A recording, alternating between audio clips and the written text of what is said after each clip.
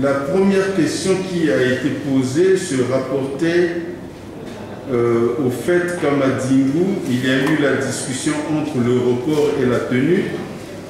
La majorité a eu la responsabilité de trancher, mais le président de la République a tranché en faveur de la tenue de l'élection. Mais la question a été posée dans le sens de dire que la majorité a rejeté ce que l'opposition avait proposé et ils ont décidé d'aller à l'élection. Ma lecture de la situation est différente. Je m'en tiens à ce que le président a déclaré dans son discours sur l'état de la nation. Il disait qu'il y avait une contrainte constitutionnelle et qu'il voulait respecter la Constitution. Et donc, de ce point de vue, on va considérer qu'il y a eu une interprétation de la Constitution, une interprétation de bonne foi de la Constitution qui a conduit la majorité présidentielle à prendre la décision qui est la leur d'aller aux élections. Et de ce point de vue, en tant que citoyens, tous ici, nous avons le droit d'apporter une autre interprétation de la Constitution pour dire que cela serait le cas si nous étions dans une situation ordinaire. Or, nous sommes dans une situation extraordinaire. Le Congo ne sera pas le premier pays à ne pas aller aux élections en temps de guerre. Pendant la guerre 1914-1918, la plupart des États européens ont reporté la tenue des élections et ont annulé certaines élections. Pendant la Deuxième Guerre mondiale, la plupart des pays impliqués dans la guerre qui devraient avoir des élections n'ont pas organisé ces élections.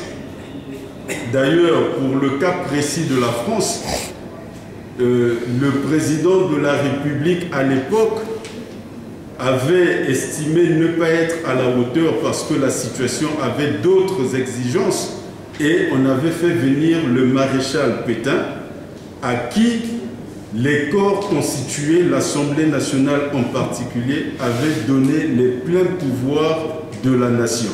Donc, l'élection du président de la République qui ne devrait pas avoir lieu en 1940 devrait avoir lieu à un autre moment. Le corps politique français a pensé que face au péril, il fallait confier le destin de la nation à un seul homme à qui on a donné les pleins pouvoirs pour une durée illimitée. Ici, je parle de 5 ans, mais en pleine Deuxième Guerre mondiale, le maréchal Pétain avait reçu les pouvoirs de gouverner la France de façon illimitée et c'était des pleins pouvoirs. Donc, les solutions qui sont proposées ne sont pas des solutions qui seraient, je dirais, révolutionnaires. Ces solutions, toutes celles que j'ai mentionnées, la non-tenue de l'élection est une chose courante à travers le monde lorsque les périls sont graves.